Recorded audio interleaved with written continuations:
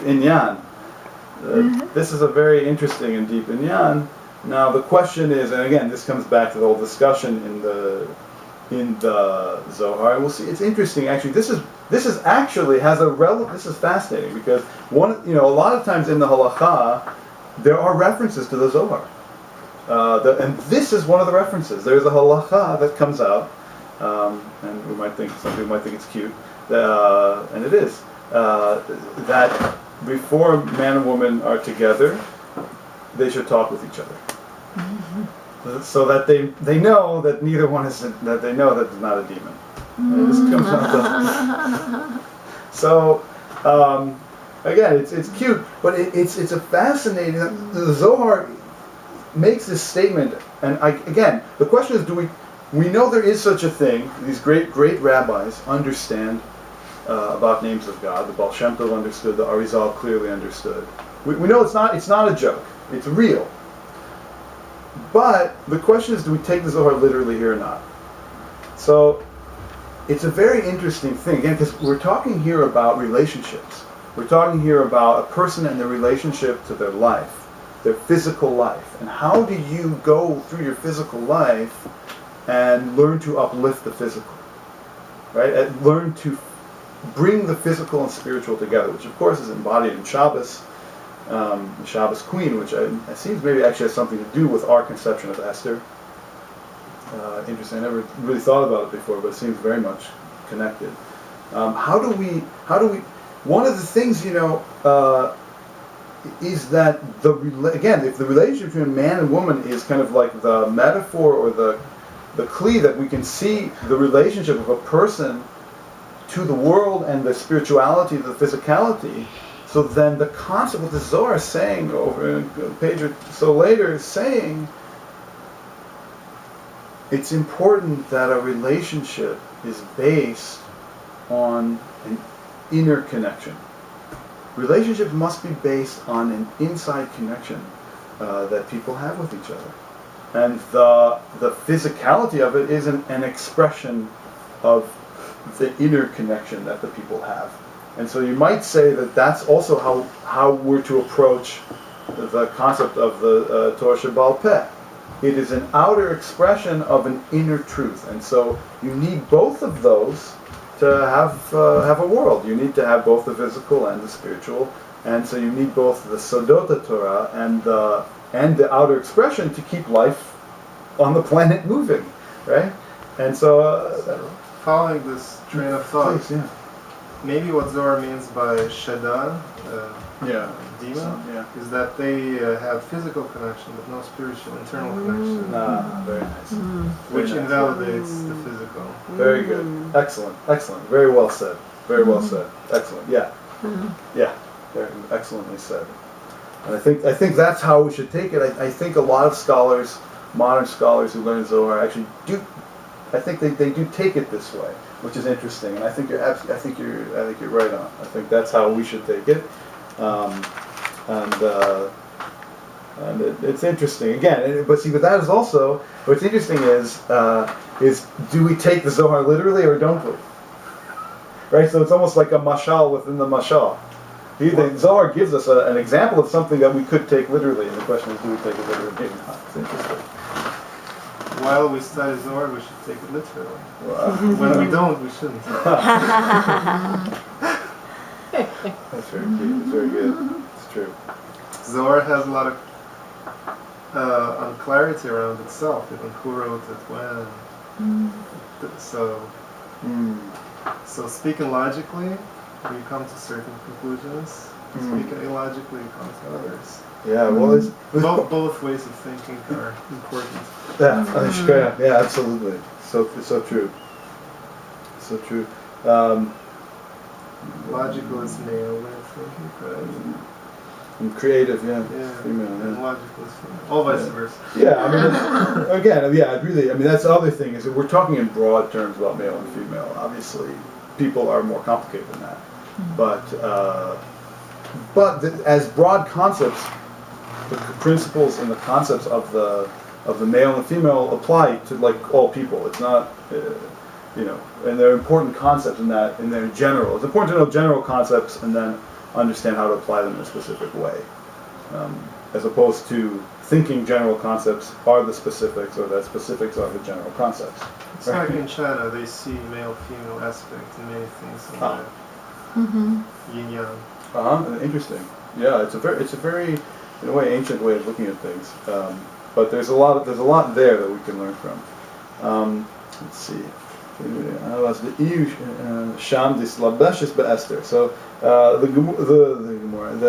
the Zohar goes on. The ruach of the holy Shechina was there. The sham, it was in Esther. Islabeshes be'Esther, right? It's also another way of looking at the lower aspects of ourselves. It wasn't really Esther. You know, the real person. I never forget. There's a Torah from the Sokachover Rebbe, who was I think the son-in-law of the Kotzker Rebbe, and one of the midot of God's compassion is emes. Hashem kol rachum v'chama ne'ochapam v'chesed. The emes. So he asks the question: truth. How can truth be possibly a midah of rachmanut? Right?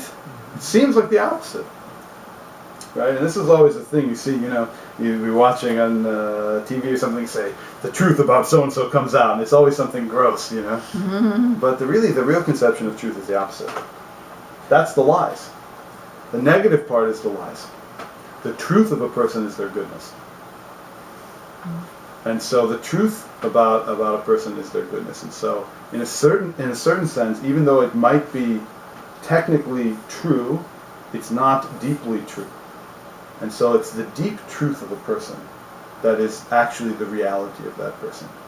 And as Jews, we're always striving to connect our current self to this deep, true, and totally good self. We're always trying, again, the spiritual and physical, we're always trying to connect. So, Aval Rabbanan, and this is, Aval Rabbanan, Vai le'inun da'achlin teven, but teven, tevel d'oraisa, v'lo yeda b'sitre d'oraisa. That's where the Zohar gets a little strong. Oi to those rabbis that don't learn the secrets of Torah. That's what it says. It's what it says. I'm a humble messenger. Woe to those that eat the chaff, right? And the mixture of good and bad that they think is in the Torah. And they don't know the secrets of the Torah. Ela kalin v'chamorin d'oraisa. They know the light and the heavy. It's a play on the kal v'chomer. And kalin is teven d'oraisa. Kalin is like the chaff. Chumra d'oraisa. Chita is like the wheat, which has both chaff and something good. Chet Hashem says what chita is. Ilana de Tovara. And of course, this is what's interesting is this is of the opinion. This opinion of the Gemara. What was the Eitz Hadas Tovara, the tree of the knowledge of good and evil? It was wheat, because it has both a berry and it has chaff and something good. It has a part that's okay. Now in the modern world, we understand that if you eat both, it's more healthy for you. But but fine. At the time, it's still a good mashal. It's not a tree. What? And it's not a tree. It's interesting. 100%. How could it? It's a great point. It's not a tree. But still, according to Zohar, the tree was the chita. As a matter of fact, there are also many halachot that come out about babies and they're very beautiful, like poopy, whatever, having to do with before or after they eat wheat. So it's really, so this is an aspect of the Zohar, which is actually has some very halachic applications, which is fascinating. Now, the way I read this, and I think the proper way to read it is not woe unto those who learn the God forbid, not saying woe in general those who learn, but those who learn without learning the secrets of the Torah. That's to me it's literally what it's saying, and I think the implication is, again, we talked about if it's just about the physical and you can't understand any of the underlying concepts, which is what the Sod HaTorah teaches us to do. Right, with Chassidut and the Zohar, which is almost like the seat of Chassidus. Everything comes out. All the Chassidus comes out of the Zohar and out of the tradition of the Mekubalim. Without that, so then you might start to think that it's really all about right and wrong. And if that's the case, then your learning about right and wrong is going to make you more judgmental of those who are doing wrong. You're going to become a more judgmental person, right? Which is the opposite. That's less godly, right? God is kula rachmanut. God is always, again, we talked about last week, the concept of Rabbi Nachman, that if a person does something wrong, God cannot see the person. Because God, so to speak, doesn't want, I mean, obviously he can, but he doesn't want to see anything negative. So if Chita was what Adam ate, Yeah. he separated the good part from the bad and ate only the good part. So he did separation, which was wrong. He didn't see the whole picture. That's a good idea. Very nice. Because Chita is mushlemet, perfect when it's together. When you separate, you separate. Oh. And also, on what day, I mean, yeah, okay. So we read Torah on Yom, on Shlishi and Chamishi, because on those days there was some separation in creation. Shani, I think. Yeah, Shani. Yeah. So on the first day, on the second day, Shamayim was separated from land, and the last. Very nice. Wow. So separation is, yeah. Interesting. Oh, very, very nice. Beautifully said. So the thing we need to learn again is right. You're right. Seeing the whole picture. It's very interesting what you said here. Let's see here. Where can I see a reference? Yeah, it's. I think that's 100%. To see the entirety of something. Again, right. That's what it says. So later on, the whole. See, part of the problem was that, according to the Zohar, it says a little bit later, Adam Arishon was not able to see the importance of the angels, or the one angel who was dealing with physical things. The memotze, so to speak, the angelic world as being memotze, being a connector between God and the spiritual and physical. And so Adam Rishon was supposed to be mezalzel with this concept. He thought, what do we need? We just need the spiritual, right? And so the tikkun was actually, and this is gets back to it. Actually, the tikkun is when we're learning what's in the Torah Shebaal Peh, right and wrong, but we're bringing it together with these deep spiritual concepts. That's the tikkun, because we're showing that it's not just about being high or about being spiritual. It's about connecting in your spirituality and your high vision of life to the world, the very nitty-gritty details of life, and uplifting those things. And again, that's the whole concept of Shabbos, and the whole concept why we and it really is a warning, though, from the Zohar. It's really a warning. It really is a warning that we shouldn't get caught up so much in this is asur and this is mutar, so much that we lose sight of the underlying principles. And the way that we don't lose sight of that, again, is by learning the Sodot Torah. The two need each other, right? In the way that the Sodot Torah gets explicated in a deep way, since learning the Gemara takes a tremendous amount of head power. It takes it's very hard, and it trains your mind to think. If you really do it, trains your mind to think underneath and connecting. So then you'll see the depths of the Sodot Torah. And the Sodot Torah provide the context and the underpinnings of the Torah Shebaal Peh. And so we see that the two really need each other, which is, I think, the theme of this. And it's like you said so nicely, that it's seeing the whole thing, its entirety. And so for someone who learns the Zohar to say, what do we need? They could very easily take this out of context and say, what do we need to learn the Gemara for? It's just as bad as people learning the Gemara saying you shouldn't ever really learn the Zohar until you do da da da da da da. Right? Both of those are wrong. Right? The point here is that actually the two need each other to be a healthy system. To be a complete system. They really need each other. Well, we're doing that time. All right, we're doing that. A couple more minutes. Torah has two interesting phrases. One is that Lo b'shamayim hi, Ah. Torah is not in the sky, so people should not meditate and doing spiritual things because we're physical. Mm. And another opposite phrase is Mlo kol haaretz kvodo. The earth is full of God's splendor. So it's so on the one hand, the world is built so that it's two parts already. It's Eretz and Kvodo. We should not focus on one of them. Ah, very nice. Beautiful. Yeah, absolutely. That's beautiful. Yeah, very, very well said. We need to have both. Absolutely. And they need to be connected. And so, it's interesting. It's a good point to make. It goes on now. Late dark the Malkul Matronisa, the Mirkav al Chamra, Ella al Susvan. It's not the way of a king and his queen to ride on a donkey. Kings and queens ride on horses. So, it's very, basically, we'll kind of end here. Maybe we'll go a little bit. The Midrash is so amazing, actually, with Mordechai and the 100. It's an unbelievable connection. The Yisod, right? Yud Sod, Yisod, the basis, the what's the underpinnings, right?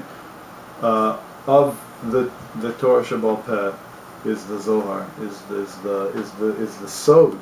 The Sod is the Yisod, and that's what God rides on, so to speak. If you want to have godliness in your experience of being a Jewish person, and specifically a Jewish person who keeps the halacha, then you must have as your basis the real Yisod, which is the Sod. It must be part of our experiences as Jews. It is what the king rides on, right? And now we don't have time to go into it, but there's two beautiful quotes, two opposing quotes. One is from Habakkuk about our salvation comes riding on a horse, and one is from, where is it here? One is from Habakkuk, and the next one, Zechariah, that Mashiach comes riding on a donkey, which we've heard. Now the Zohar has both these concepts and explains them, but the sus again is the horse. This is unbelievable. The horse here is actually seen in a very positive context. The horse is likened to the Torah Tasod, the Torah of Rabbi Shimon, the Torah of the Kabbalah. It's what the Melech should ride on and ultimately will ride on. Now Mashiach will come to a person, says the Zohar, who's really well schooled in the Mishnah, who really is a Talmud Chacham in the Mishnah, right? And he says, but that's only before we return to the land, right? It's this whole beautiful thing about how God, so to speak, right? When God is not in his land, so to speak, in his place, he's not the king. And so too the Jewish people, when we're not in Eretz Yisrael, we're not princes and princesses. We're not who we should be. And so again, but okay, it's very nice to make Aliyah. Really, it's really a big mitzvah. But again, if we take it out of a literal context and we say, until we're able to connect heaven and earth, until we're able to go back to our land, so to speak, which is this land that's connected with heaven and earth, and we take our land, we take a regular land and we make it ours, we make it spiritual. We show the spirituality that's inherent in it. Until we're able to do that, we're not B'nai Malachim. We're not princes and princesses. And so too, God, until we do that, he's not the king. Right? And so the concept is that Mashiach will come from Zechariah, is that Mashiach will come in a generation, in a time when we're not yet princes and princesses. God is not yet king. Things are not yet done, and he'll come anyway. Come riding on a donkey. But the concept from Habakkuk is that the actual salvation will come when we've already established that. When we have, as part of our regular learning, as part of our learning of Gemara, part of our tradition that's really there, it's deeply enmeshed in our tradition, the Yisod, the Sod of Torah. It's not something foreign to our tradition. It's just for some reason, there was some argument that it's maybe the Atzat Yetzer Hara. It's a Yetzer Hara trying to prolong the Galut. That there's some separation between the two, right? As if, is it, Yeah. Actually, this prohibition for people to study Torah was the result of the opposite extreme, when people studied Zohar. People studied so much that there were messianic movements that brought about it's true. problems. So it's true. It's absolutely true. It comes out of a very painful. But actually, if you read the Gemara, all those rabbis, Akiva, Rabbi Meir, etc., they were doing miracles, and it's written in the Gemara. Yeah. So. For sure. Once again, the balance was not kept, maybe. Yeah. Very And nice. in many chapters in the Zohar, they talk about this maintaining balance, male and female, right and left. That's very interesting. Beautiful.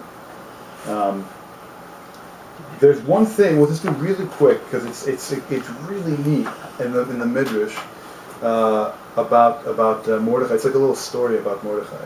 So right. No, that's not what it is. Go quickly, says Chashrosh to Haman. Go get the big day Malchut. Go get the kingly clothes and the crown and my horse. Right? And bring it to Mordechai. And of course, this whole thing has to do with Mordechai and Esther, so it's quite appropriate. And Haman, right?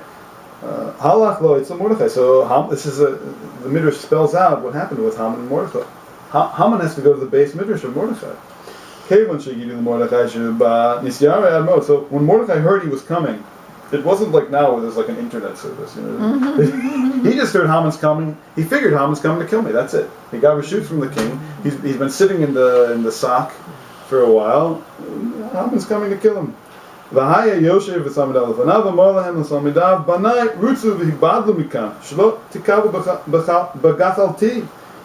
says, my beloved children, get out of here. Leave. You shouldn't get caught up in my fire, so to speak, and what's going to happen to me. Leave. Haman's coming to kill me. They said, you know what? We love you so much. If you're going to die, we're dying with you. Wow. It's pretty awesome, really, when you think about it. It makes a nice story, but actually, what an amazing thing. They loved each other so much, Mordechai and his students. He loved them so much, he said, go, get out of here. And they loved him so much that we're never leaving you. It's amazing. It reminds me like sort of the flip story of the Pietzner Rebbe in Warsaw, and everybody, all of his buckers were saying go, go. He had a passage out over and over again. He was allowed out, and he always said no. I'm not going without my students and my people. Beautiful. So it's like the same sort of like sense of unity and shared destiny that you're talking about. It's true. Beautifully said. So they said, if that's the case, so let's daven. Maybe we'll be zoche through davening. So they started davening. Okay, whatever. They davened. It's time to learn already. Haman was taking his time, I guess. How much can it? Okay, we davened. Let's learn something. So what were they learning? They were learning about the Omer. Shahari Oto Yom, right? It was the 16th of Nisan that day, where the day they bring the Omer. They bring the Omer that day. Asa Haman Legabeon. Haman came next to them. Amorlon B'ma'atun asking. He came over there. He said, "Hey, what are you guys up to? What are you learning?" Can you imagine how? Right? Amru lo b'mitzvah Omer. All right. Hadav b'chtiv im takrim mitzvah b'kurim Hashem. And we're learning about the Omer, as it says, if you're bringing the minchas of Bikurim to Hashem. Taman Amri Nilchos Kmitza Akulei Medavar Achad Shiu Komsi Mina Omer. They would take a little bit from the Omer. Amarlon V'Hadein Umda Mahu Dahav Dichsaf.